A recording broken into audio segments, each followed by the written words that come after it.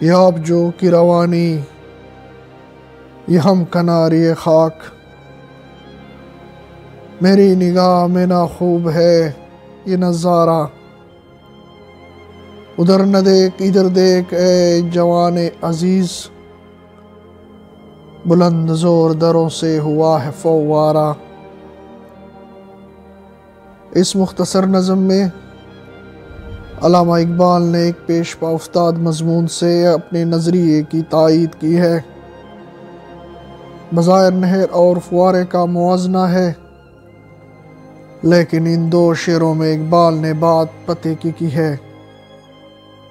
کہتے ہیں کہ نہر کو دیکھو چونکہ اس میں زور دروں نہیں ہے، بلکہ یہ دریا کی محتاج ہے، اس لیے بہہ تو رہی ہے لیکن خاک سے ہمکنار ہے، اس میں اٹھنے ابھرنے یا بلند ہونے کی طاقت نہیں ہے، اس لیے مجھے اس کی روانی کا منظر پسند نہیں ہے۔ اے نوجوان، نہر کی طرف مت دیکھ،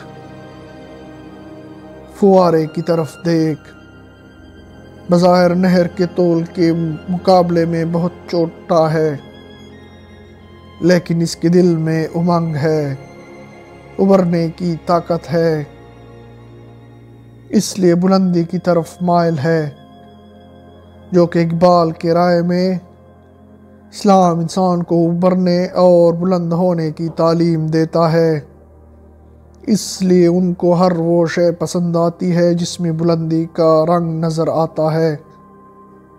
چنانچہ انہوں نے اپنے کلام میں جا بجا شاہین، عقاب اور شہباز کا ذکر کیا ہے۔ اس کی وجہ یہی ہے کہ ان پرندوں میں انہیں مرد مومن کی بعض صفات کا پر تو نظر آتا ہے۔ شاہین کی درویشی ملاحظہ ہو، پرندوں کی دنیا کا درویش ہوں میں، کہ شاہین بناتا نہیں آشیانہ۔